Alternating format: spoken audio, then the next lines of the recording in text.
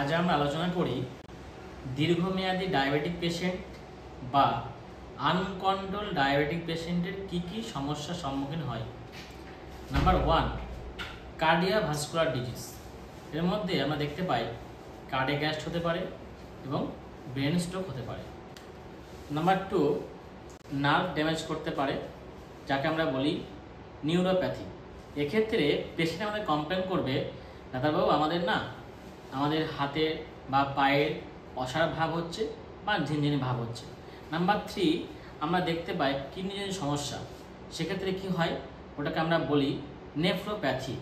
সেক্ষেত্রে kidney damage হতে শুরু করে বা কিডনি ফেলিওর হয়। সেক্ষেত্রে আমরা অনেক সময় কখনো ডায়ালিসিস অ্যাডভাইস করি, কখনো কিডনি ট্রান্সপ্লান্টের অ্যাডভাইস করি।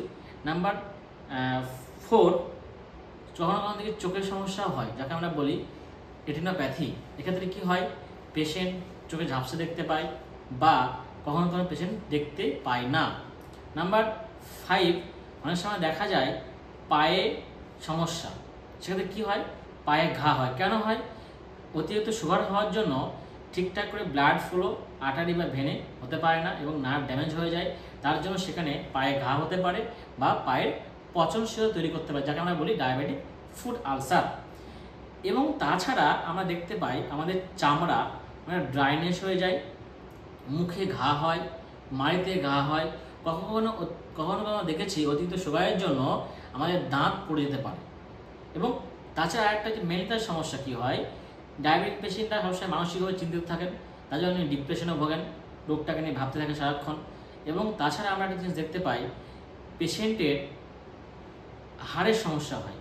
ডায়াবেটিক হওয়ার জন্য অনেক সময় পেশেন্টের হাড় ক্ষয়ও দেখা যায়। এবং কখনো কখনো দেখতে পাই অতিরিক্ত সুগারের জন্য পেশেন্ট কানে কমও শুনতে পাই। এই কমপ্লিকেশনগুলো আমরা আনকন্ট্রোল ডায়াবেটিক পেশেন্টের ক্ষেত্রে দেখতে পাই। তার জন্য দরকার হচ্ছে আমরা এই পেশেন্টগুলোদের রেগুলার বেসিসে মেডিসিন, ডায়েটস এবং টেস্ট করে নির্দিষ্ট চিকিৎসককে ফলো আপ করতে হবে।